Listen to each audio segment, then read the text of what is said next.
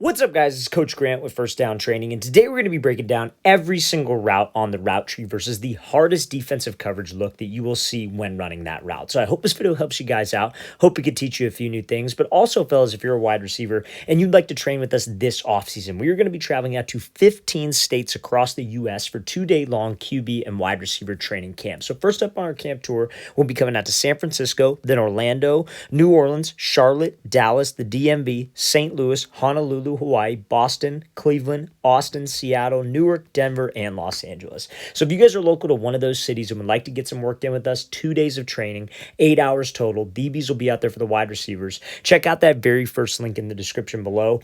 Let's get started with this video. So now, first route we're going to be discussing on the route tree is the 5-yard out, or the flat. Now, we're going to base each one of these routes off of pretty much the most common coverage questions that we get asked. So a lot of people ask us, how would you run a 5-yard out if the DB is in press coverage and he's shaded a little bit to the outside? So the answer would be attacking his leverage and then taking the inside release and snapping down at 5 to throw him by. So let's show how this would look. So this wide receiver kind of does a fancier way of attacking the DB's leverage. He uses this like dive release with a jab to the outside. This is not the only release that would work. Plenty of other releases that would work, but this is the concept behind it. So I come up pre-snap, and we know that the DB's a little bit shaded to the outside because of where his right foot is, right? So let's say you're an outside wide receiver and maybe your split is cut down. So like, let's say you're lined up closer to the line, you're closer to your left tackle, you're on the left side. A smart DB is going to probably play outside shade because nobody cuts their split down to go run like a post. You know what I mean? Usually they cut their split down to run a 10-yard out, 5-yard out, come back, or just to run a drag. So he's probably in a real game going to have safety help. So how would you run this 5-yard out? So many wide receivers, what they'll do is they'll come off the line, they'll give maybe a move inside and try to force the outside release. But you got to understand, when a DB is lined up outside shade, his sole purpose is to protect the outside. He's trying to force you inside to his help and take away the outside route. So he's not just going to give up the outside release. If you try to force the outside release and go outside, he's going to stay square and wall you all the way to that sideline to where you won't have space. So when running this 5-yard out, you have to make sure we attack the inside shoulder. He does this kind of like dive release where he goes to the inside, throws a jab back to the outside. That holds his leverage. That gets him to keep his leverage to the outside. So when we burst up vertical, that can get him to think fade. That gets him to think inside route. So that is more likely to get him to open up his hips to where I can snap down, throw by, and get underneath him. So that's how you would run a 5-yard out versus outside shade press. Chances are you are probably not going to restack, so you're going to have to work that throw by or that slip under technique that this wide receiver uses right there. Great overall route. Let's play this thing again, full speed one more time. Great job attacking leverage with that dive release and then slipping under to run the 5-yard out. Okay, so now, next route on the route tree here is going to be a slant. So on a slant, the common question that we get asked is, how would I run it if I had a DB who was inside shade, but about 2 yards away? So obviously, like, we know that if he's like pressed up right on the line, you would do something we call a diamond release, where it's 3 steps to the outside shoulder. My goal is to get him to flip the hips and slip back underneath and win. But when he's 2 to 3 yards off, obviously, I can't do that, right? If I just take 3 hard steps to the outside and there's a big gap between the two of us, I'm going to run right into him. And then obviously, because he's inside shade, I can't try to square him up and then break in front of him because he's just going to force me to the inside. His sole purpose being inside leverage is what? To protect the inside. So what we would want to do is we would want to close the distance with him first, then set him up outside with the diamond release. So that's what this wide receiver does. He closes the distance, then takes 3 steps to the outside. So when we decide to do that diamond release, he can be hip to hip. So when you make this cut, you see how he's breaking on the 3rd step, right? He attacks his leverage, goes here, 1, 2, 3. When you break off of that 3rd step, if this DB is maybe a yard or 2 inside more because you just went straight there and you try to slip underneath, that's an easy recovery for him. All he has to do is open up his hips because we went too wide. We didn't get into his cushion. No matter what route it is, you have to get into his cushion. We're trying to make a diamond release look like a fade ball. So if you had to run a 9, you had to go run that streak, and he was inside shade, you'd attack his leverage, then go run the fade, right? So you want to make it look like that, but it also helps you get more separation. So slant versus inside shade press coverage 2 yards off close the distance, then work to the diamond release. Now, I know what you're thinking, that this might take a little bit too long. You see the pace that he has on that route. He's going at a fast tempo. You can change the tempo. Not every time you attack the DB's leverage, it has to be a slow, like hesitation skip. You can attack him quickly, get to 3 steps quickly, and still force him to flip his hips and maintain timing with the quarterback. Okay, so next route we're going to talk about here is a curl. So if I'm running a curl against inside shade press, this is the biggest question that we get asked. How would I do it?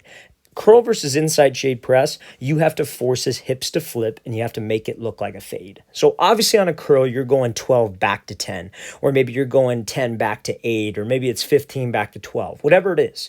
But you cannot restack on a curl or a comeback. And a comeback is the one we're going to obviously talk about next. We're getting through every single route on the route tree, fellas.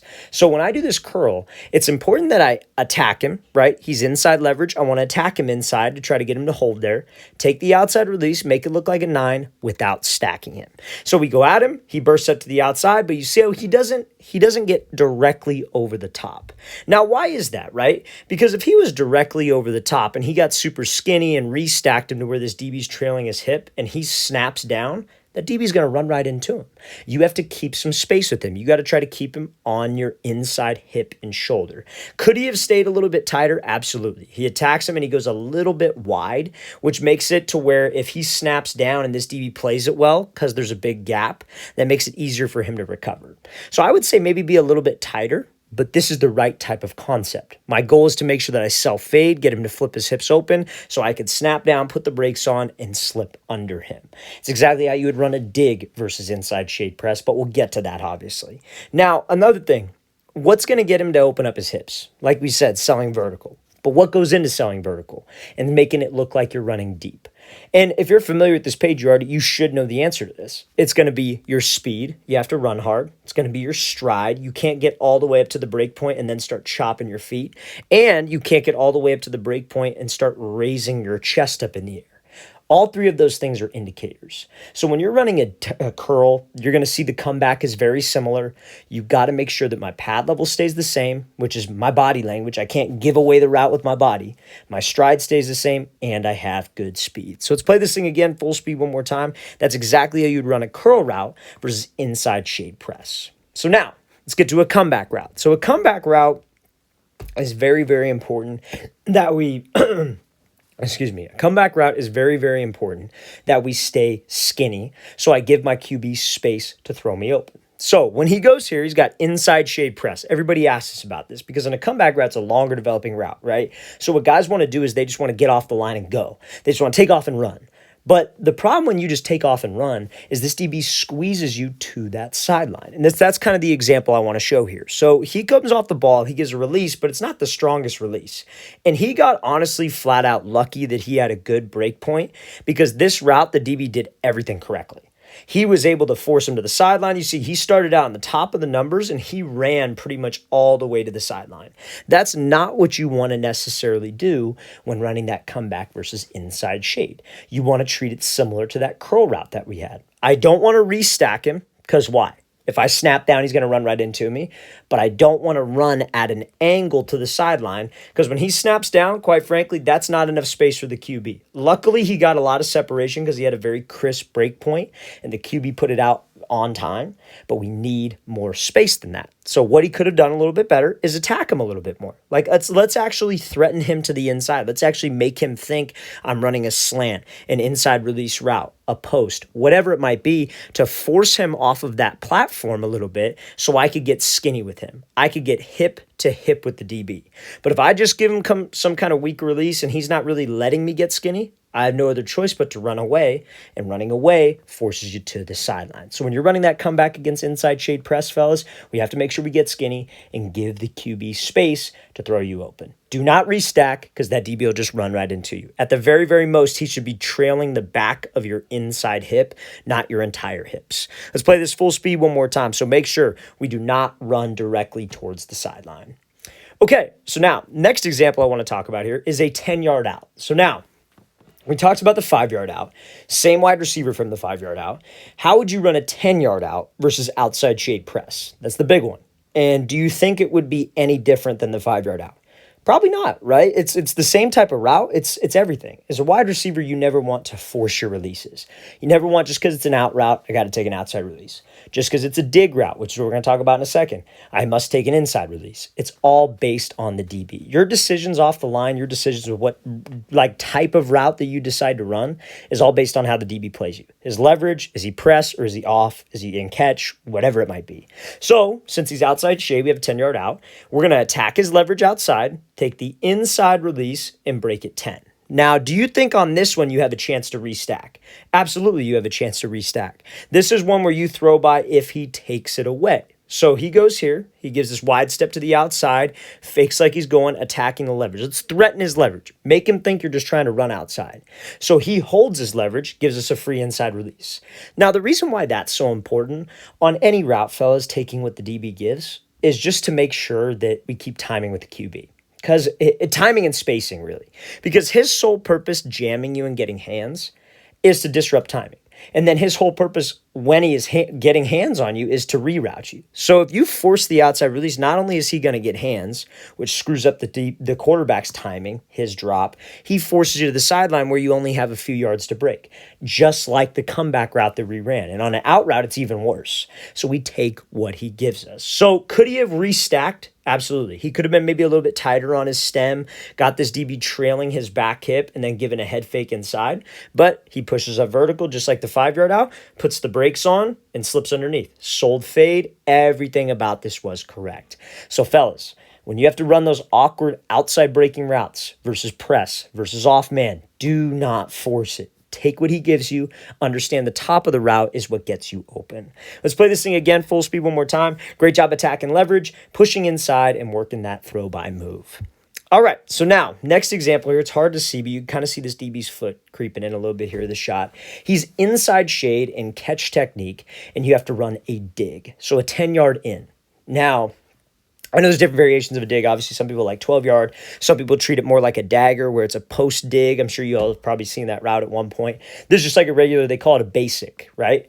So a basic is just where you're going up to 10 and you're breaking at 10. There's no post stem to it. So when it's inside shade, obviously, what do you think based off of what we know with the out route, what do you think I would want to do here? I'd want to attack him and then take what he gives me to the outside, right? I wouldn't want to force the inside release no matter how bad I want to, and he's even off, so it's tempting to want to just try to run around him. That's exactly what he wants. Or that's what he doesn't want to give up, I should say. So let's play at full speed. So he goes at him here, gives a move, takes the outside release, works to stack, and you see how he gives a move. Draws the holding call as well. So we go here. If we attack that leverage, a disciplined DB is going to hold that leverage because he does not want to give up the slant, the in. He doesn't want to give it up. But if I have to run it, I need to plan for it. So we attack him. We get him to hold the leverage, and then I work to the top. You see how he gets him to restack. He actually gets to a position where he could restack here. But if he didn't, if the DB was right with him and he went upfield with him, what could he do? He could swat him by on the back of his right shoulder, his right hip with his right arm and slip under him, or maybe just put the brakes on and slip under like the last example. But again, it's all based on the DB's leverage, what we do. If he was outside shade and press, I would attack him and take the inside release. But because he's inside shade and I got to run that dig towards that, you have to get comfortable taking an outside release, fellas. Let's play this thing again, full speed one more time. Great job here attacking his leverage, giving him a move, and then push him back up vertical to get to that restack position and draw a holding call. Okay, so now this is kind of a very, very awkward route situation. It's called a corner, 10 to 12-yard corner versus off-man outside shade. Okay, so this is a tough one. This is where a lot of guys struggle because it's off coverage. But at the end of the day, you have to remember the leverage rules, the DB's leverage rules. It does not change whether he's 12 yards off or whether he is pressed up right on the line. His leverage responsibility does not change. So remember when we were talking about that 10-yard out and corner, fairly similar, the way you would run it. So we got press coverage head up outside or press coverage outside shade right on the line. What would you think you would do if you were running that 10-yard out? You'd attack him, take the inside release. Hopefully the DB's trailing and you could restack, or maybe he's right with you and you swap by and run the out. Pretty simple, right? Now, since he's off, everybody freaks out. Everybody thinks, oh, I got to stem him and attack his toes and hopefully he'll backpedal and I break in front of him. Not true, because if you attack his leverage, what's he going to do? He's going to keep his leverage. That's the whole point of us attacking a DB off the line to his leverage. So we want to attack the inside shoulder. Now, maybe you could stem to start, then go at the inside shoulder. Or maybe you could just go straight at the inside shoulder right now. But the goal is to get this DB to flip his hips so you could slip underneath him. So let's play at full speed. So he goes off here, goes right at the inside shoulder. Gets the DB to flip a little bit, not a ton, but we gave our quarterback space. That is the name of the game. So we go right at his outside shoulder. It's about selling fade at this point. I got to have a good pad level. I got to be running in full stride. I got to be running full speed. Everything that's going to make this DB flip, I need to do. So when we get him to flip his hips, what can we do? We can just put the brakes on, and now I got space to accelerate. Because again, there's 3 phases of every route. You got the stem, which is selling it. You got the break point, which is this hard speed cut. And then you got the acceleration phase, getting out of the route. But if I don't give myself any space to accelerate, I'm locked up. So we cannot force the outside. We can't just think, oh, I'm going to attack his leverage, give him a fake, and then go. Let's go right at that inside shoulder. Now, is this the only way to run it? No. He could run up and he could give like a rocker step where he goes out, in and then out. So he does a 1-2, selling like he's running a post route, trying to get this DB to bite. And then we run the corner. That's totally fine too. He could stem first, then go outside shoulder, or he could just go straight at the outside shoulder. But all 3 of those things, what do they have in common? They kept spacing, and they attacked the inside shoulder of the DB. That's where we want to go. So corner versus outside shade, off man. That's how we would want to structure that route. Let's attack it. Let's make it look like a fade, or in some cases a post, but give the QB space to lead. All right, so now, pretty much same concept here. Now it's a post route versus inside shade off man. So this should be pretty simple. We shouldn't have to spend too much time on this. How do you think you would run that? So if it's inside shade off man, post route, what's the DB's responsibility? Leverage rules do not change. His sole purpose is to do not give up the post or the dig. So we have to make it look like what? A fade. We have to attack his outside shoulder now. So this wide receiver does kind of the other way that I was talking about in the last example with the corner. He attacks his leverage, then he goes to the outside shoulder to make it look more so like a fade. So that's where it comes into like pairing routes together. Because when you go here, this is more like, I would say, advanced way of doing it. He's inside shade. If he had to run a fade ball, what would I probably tell him to do?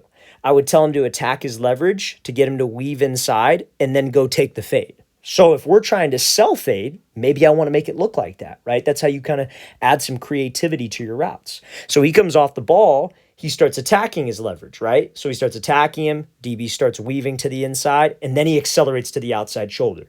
Good body language. He starts running hard. He's opening up the stride. Everything that last wide receiver did, except it was an outside breaking route instead of an inside breaking route. So he attacks that outside shoulder, running full stride, full speed, put the brakes on, and now because he's running a post route, he's given the QB room to lead him. If we were to just go here, like let's say it was like a double, let's say he wasn't out of the slot right here, and let's say maybe he was an outside wide receiver. And let's say there was another slot receiver also running a post. But let's say he just stemmed to the inside and attacked his leverage, and that DB keeps his leverage. Your post route is going to end up 3 yards too far inside, and there's going to be a defender here that could guard both routes because our spacing was off. So you attack that outside shoulder not only because it's going to get the DB to move, it's going to keep spacing on the play. Same reason you would attack inside shoulder on a corner. Let's play this full speed one more time. Great job making it look like a fade by attacking leverage first, then attacking the outside shoulder to force the hip flip. All right, last but not least, we have the fade ball. So how would you run a fade versus outside shade press? So it's the same principles, fellas. There are things called MORs, which is a must outside release, mandatory outside release, depending on what your coach calls it. And that is not the situation we're talking about here. A mandatory outside release, you would have to just, if he's outside shade, you would just have to give him some kind of move inside and then force the outside release. That is the only time you're taking an outside release versus outside shade press, when it's mandatory. But when he's outside shade and you don't have a mandatory outside release, like let's say it's a 4 verts play, every receiver's going deep on the field, you can take an inside release on a fade ball. It's totally fine. So many coaches hate on it, but they don't know actually how to run the route. They don't know what's going to actually work. So let's watch Evan Stewart do this. He attacks DB's leverage, takes the inside release, and he's able to stack and get over the top of him, right? That is what we need. The ball was underthrown because the quarterback was getting pressured. He was like rolling way out to the right on this. Or I think he might have gotten hit. I don't know what it was, but it wasn't a clean pocket. If it was, probably a touchdown because he's got the guy by a step. So let's talk about why it happens. He's outside shade. DB is trying to stop the fade, to be honest with you, and funnel everything to the inside. Because what does he have inside when he's an outside shade? Help. Outside shade off man, outside shade zone, outside shade press. He has help to the inside. So we have to threaten him where he doesn't have help. He doesn't have help outside, let's threaten him there. That's what's going to get him to move. Same thing when he's inside shade. He doesn't have help to the inside. It's probably true man coverage. Let's threaten him where he doesn't have help. The sideline would be his help. Don't just run there. So he threatens him to the outside, gives him a move there, gets the DB to jump. Okay, cool. That's the same exact thing as if we took an outside release and got the free release. I just have to restack. I got to make sure I keep a low pad level. I got to run hard, and I got to get him trailing my back hip. Now, since you stacked him, you have plenty of room to the outside. But fellas, trust me on this. When you take an inside release on a fade, you got to restack. There is no hip to hip like, oh, well, what if he recovers? Like, you better get over the top of him. You better stay low. You better swat his hands, whatever it takes to get him trailing your back hip, or else the play's done. And then you're going to get chewed out for taking an inside release. But you have to do it correctly. Let's attack him, and let's get skinny. Attack, get skinny. Take what he gives us, fellas, but we got to make sure we restack, especially on a fade ball. If it were like a post, if it were like a dig, and he was like, let's say, up here right on your hip and didn't let you stack, fine. You could just lean into him and run the route. Or if you're running an out route, he's here, you could just slip under and throw by like we've talked about. But you have to make sure. We have to make sure we restack when it's a fade ball versus outside shade press. Let's play this thing again, full speed one more time. Great job by Stewart attacking that leverage, getting him to move, and then being able to stack over the top. All right, fellas, really want to thank you for watching. I really appreciate it. If you guys have any questions, don't hesitate. Leave those in the comment section below. And again, fellas, if you'd like to work with us this offseason, myself and my staff of coaches, we are coming out to 15 states across the country. So check out that very first link in the description below if you're interested, fellas. I'll see you guys next time.